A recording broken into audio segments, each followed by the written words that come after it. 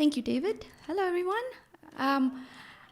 Well, welcome. Hope my presentation is not going to put anyone to sleep since you just had lunch.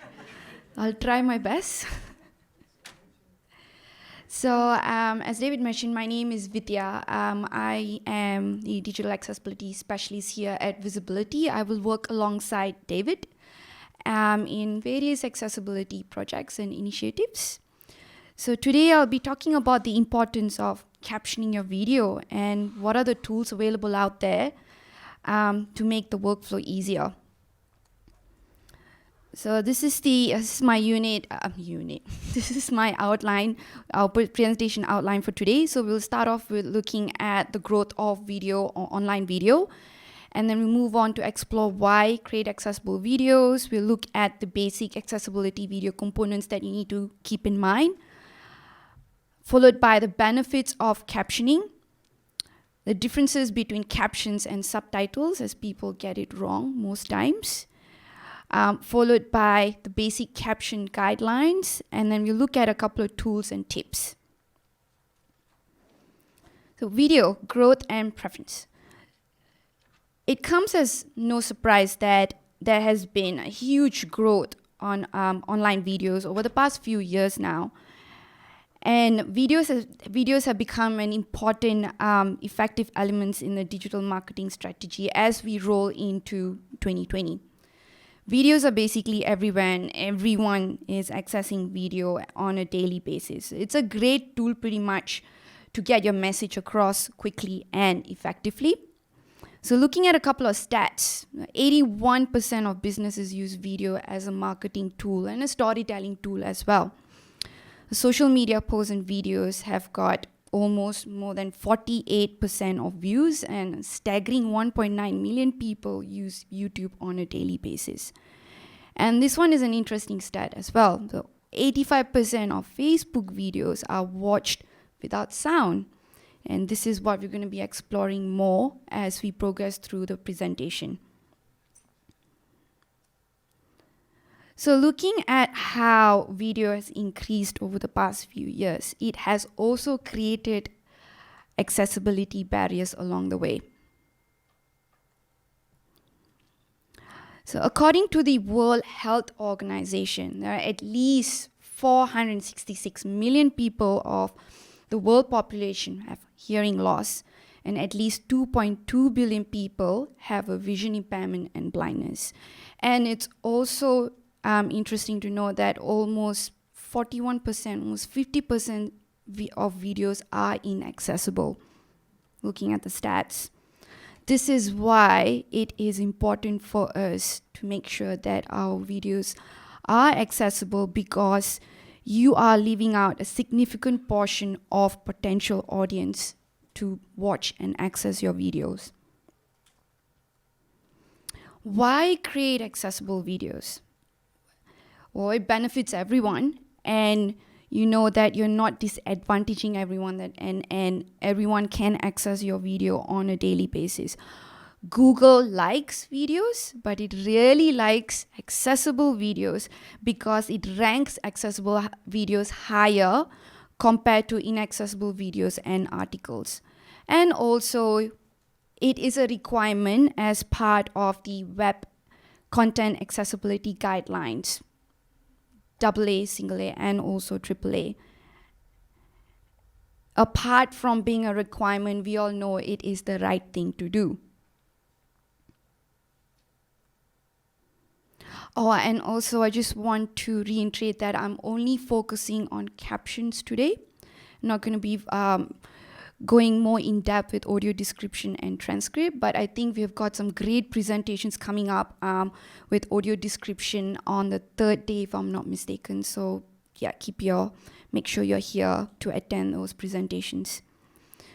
So looking at the three basic accessibility components that we need to keep in mind. The first one is definitely captions. So what are captions? So as we all know, captions are text-based representation of any audio that is taking place or happening in your video. So this would include dialogues, speaker identification, sound effects, and music, followed by audio description, or better known as AD. So audio description is a pre-recorded audio commentary that describes the content, and screen that is purely visual, and this comes in handy for those with vision impairment and blindness. Caption focuses primarily in giving out content for those with hearing impairment or hard of hearing. And lastly, with the transcript is pretty much a text version of your video. So the spoken dialogue and also the visual content that's taking place within your video. So it's basically a combination of caption and audio description. Transcript comes in handy, especially if you've got poor internet connection or you wouldn't want to watch the video in full, so you can just scan through to see what's within the video in your transcript. And certain transcripts, you can even, they are interactive. For example, the online learning platform like lynda.com, they've produce amazing transcripts whereby you can just click on the transcripts and it actually brings you to where the video is within the playback.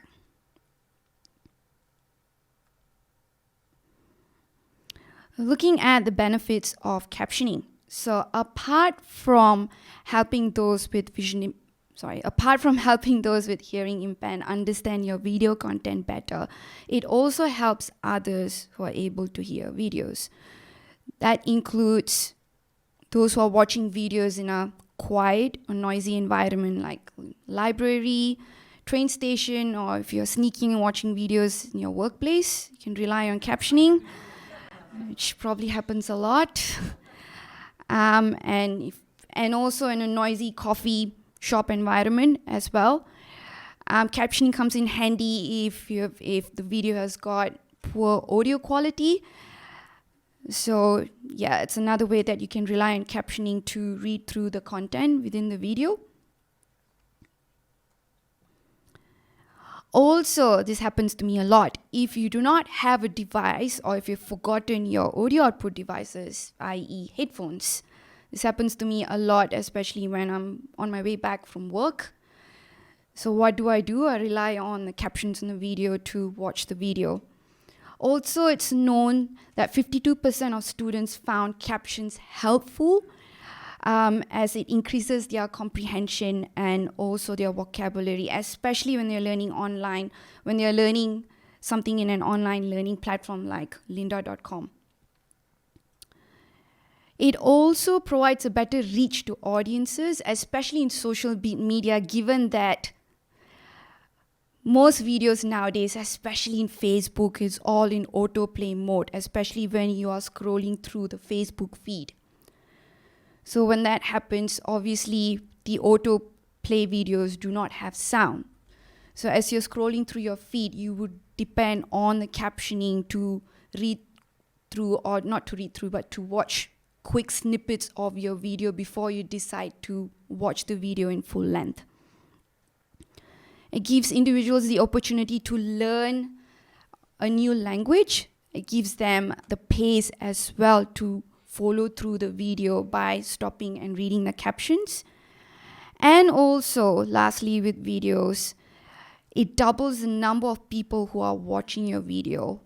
Looking at SitePoint, it's known to have increased from 40 to 80%. Captions versus subtitles. This is a very interesting topic. We've been asked a lot about what is the difference between captions and subtitles. There are a couple of differences. So these terms have been used interchangeably, but again, there are some differences between the two. With captions, you would assume that the viewer can't hear any audio at all. Hence, the information in caption is being given out with the dialogue that is being added in your video, speaker identification, sound effect, and music, and it's usually in the same language as the audio presented in your video.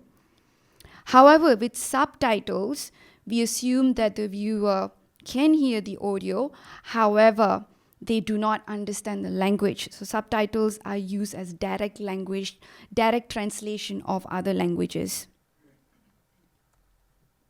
There are two types of captions that you can produce for your video. You've got the closed captions and the open captions. Now looking and let's explore the differences between the two. With closed captions, you have the flexibility to turn the captions on and off. Also, if you've made mistakes within your captions, you're able to easily modify and correct those mistakes. It serves better search engine optimization because with Google, it's able to index your video better. Hence, you're able to search your video easily within any sort of internet browsing. And also, you're able to add multiple languages as well when you create closed caption. And this can be found in YouTube and also popular video platforms like Netflix and Amazon Video Prime. The only downside with closed captioning is there are times where it does not allow you to, it does not support environments where closed captioning option is not available. Open captioning, on the other hand, with open captioning, you're able to embed your captions directly into your video. Hence, it will be visible at all times. You won't be able to switch the captions on and off. And yes, again, with how it was an issue with the open captions, with the closed captions, with open captions, you're able to use it for those platforms that does not support closed captioning, for example, Instagram. The only downside with open captioning is sometimes when you're compressing videos to be shared, for example, in WhatsApp, that also affects the quality of the captions because you're creating them in a low resolution format. Captioning guidelines. So some basic captioning guidelines is you have to ensure that the text is synchronized with the audio that appears in your video. It's equivalent, meaning that you're not excluding any audio that is being presented in your video and that they are the same. And also they have to be accessible and readily available for those who would want to access them. And other accessibility components that you need to keep in mind as well is to ensure the basic rules of having good color and contrast, your text is big enough for your viewers to read, and also it allows enough screen time for your viewers to read the caption. A few captioning tools that you would want to explore after my presentation today. I've got two different columns there, free captioning tools and the paid captioning tools. With the free captioning tools, the number one point on my slide is amara.com, followed by Cadet, which is known as the captioning and description tool. You've got captioning tool built into YouTube and Facebook as well now. And the paid captioning tools, the one that you can look into is Movie Captioner, Adobe Premiere Pro. These are all the expensive products. Camtasia if you're a Mac user, and also Final Cut Pro. There are many captioning formats out there, but the most common captioning format is known as the subrip subtitle or the SRT file. Now, with closed captioning, so this is a closed captioning format, all you need to do is just create one captioning file or one SRT file, and you're able to use that one file to upload your captions in various video platforms like Vimeo, YouTube, and also Facebook, and few others. Also, with the SRT file or any other closed captioning format, you're also able to convert these into open captions just by importing them into one of the paid captioning tool programs. The two common captioning tools that I use is YouTube and Amara. Again, I'm not endorsing them, but these are my two favorites. We'll talk a little bit more about YouTube under the tips section, but with Amara, the beauty about Amara, it's a cloud-based solution. It's a free cloud-based solution that you can use to caption your video, and it's as easy as copying the link of where you've uploaded your video. It can be anywhere. It can be YouTube, Vimeo, and just paste it into Amara, and there you're ready to caption your video from that point onwards. Also with Amara, it provides step-by-step guidance of how you can easily and how you can easily caption your video. Looking at a couple of tips. So ensure, like any other accessible content, make sure that you have implemented accessibility right from the very beginning of your video production flow, and do not try to retrofit, which is what most companies are trying to do. This will cost you time and a lot of money. That's something that you would want to avoid. Use your script or your transcript to start captioning. With your transcript, especially in YouTube, all you need to do is just copy and paste into the auto transcript input. And what YouTube does, because it's got built-in AI, artificial intelligence, it will match your transcript to the video screen. If you're embedding video in your website, ensure that you have disabled autoplay, because this becomes an issue for those who are using screen readers, whereby they do not have control over the video to pause, play, forward, and rewind, so on and so forth. What you've got quite a number of videos that you're captioning, what happens then, and you do not have any script, transcript, or any sort of notes. One way you can tackle this issue is by using the auto captioning within YouTube. Now, I'm not endorsing auto captioning because it's not accessible, but in terms of getting you started with creating captions, you can use the auto captioning option within YouTube. It will generate the captions for you, but then you'd have to go in and later edit the captions just within YouTube, or you can export the captioning file out of YouTube and import it in Amara and fix all the errors within Amara. Ensure to use an accessible HTML player as well if you're embedding your videos in your website. There aren't that many out there. The two that I would recommend is OZeWAI and Able Player. That is all I have for today, everyone. If you've got any questions, feel free to come and see me after. I'm not sure if you've got time for that, David. Should we have time for at least one question?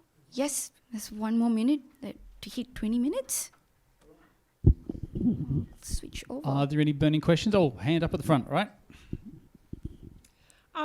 Thank you for your talk. Thank you. I'm not sure if you mentioned it or not, but the position of the captions is really important. Yes. As a vision impaired person, I know if they're just captions or I can't remember what the other word was, but if they're often just along the bottom, which is fine. But there are so many subtitles. There are so many videos out there now that are just music and images, and they have a caption on the left at the bottom, and then the next one is up the top on the right, and then the next one is somewhere else. And if you've zoomed right in, it is so hard to follow. So that they have to be in a really good position. And I don't think you covered that. I'm not sure. No, I did not mention that. But that's another and important... high contrast. Yes, white text on yellow background is not good. Yes. No, absolutely. The positioning of captioning is important, especially with how your eyes track to where you want to see text as well. Because you are kind of accustomed to watch the video at a certain position that your eye tend to track, obviously below the visual. So yes, no, definitely positioning your caption is as important as all other accessibility elements. Okay, we're 60 seconds over schedule, but I've got time for one more question. Liddy? Just while you're moving on, I was going to say it's a curb cut, I think. I've found since sharing a television with a deaf friend that having the captions on is fantastic when you're a grandparent because the kids don't know you're watching telly. But also the trick is they then learn to read because they want to know what it is you're seeing. So I have them on all the time in my house, and I reckon it's a curb cut that we sometimes forget. Excellent. Thank you, Liddy. And I might just add that as well. I've been doing a couple of e-learning modules, and I've found if there's captions, I throw them on and I listen to the audio at the same time. It sort of helps with my retention of anything. Especially, I guess, especially for those with learning disability as well, like dyslexia, where they would be able to learn with the text synchronized with the audio. So that helps as well. Absolutely. And it also means my wife doesn't have to watch the same movie as me on SBS.